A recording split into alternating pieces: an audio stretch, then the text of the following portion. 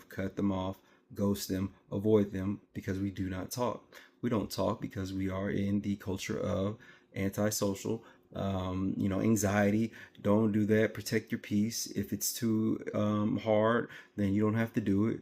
And I believe that we are that this way because we are in the culture and society of where if it is too hard, you don't have to do it. You just come back on and don't worry about it. And everybody gets a trophy. And everybody's just, no, sometimes there's a winner. Sometimes somebody's dead wrong. Sometimes somebody's dead right.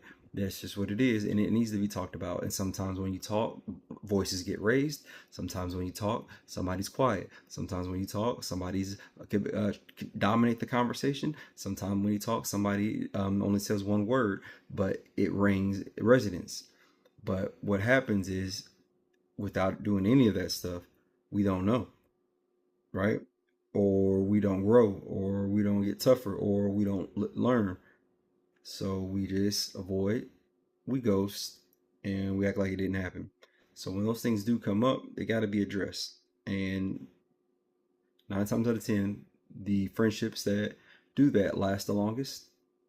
They're going to be more rewarding, and it's going to have a better feel, and they're going to have a better understanding of each other because they have a situation to refer back to.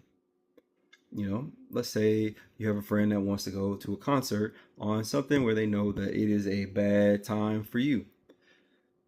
But if you just avoid and you never talk about that, and that person did it, and you just have no backbone and you don't say anything, well, that's not good, because what you're doing is that person, if they hurt you and you never say nothing, well, you're just going to be holding on to resentment. Plus, that person doesn't know that some of their ways could be hurtful, so they go on and they do it throughout other relationships.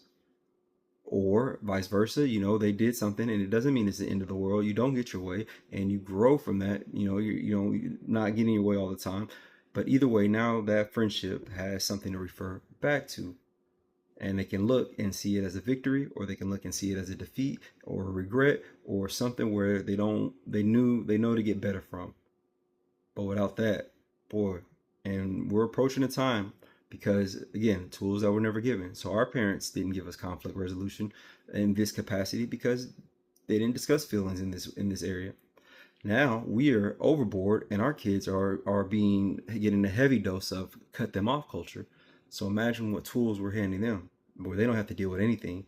And if you don't, they don't have to say anything. They don't have to deal with you. And I can just go put on my virtual VR headset and, forget you, bro. Like, I don't even need to play with you. I don't even need to play freeze tag anymore. Can't even touch me.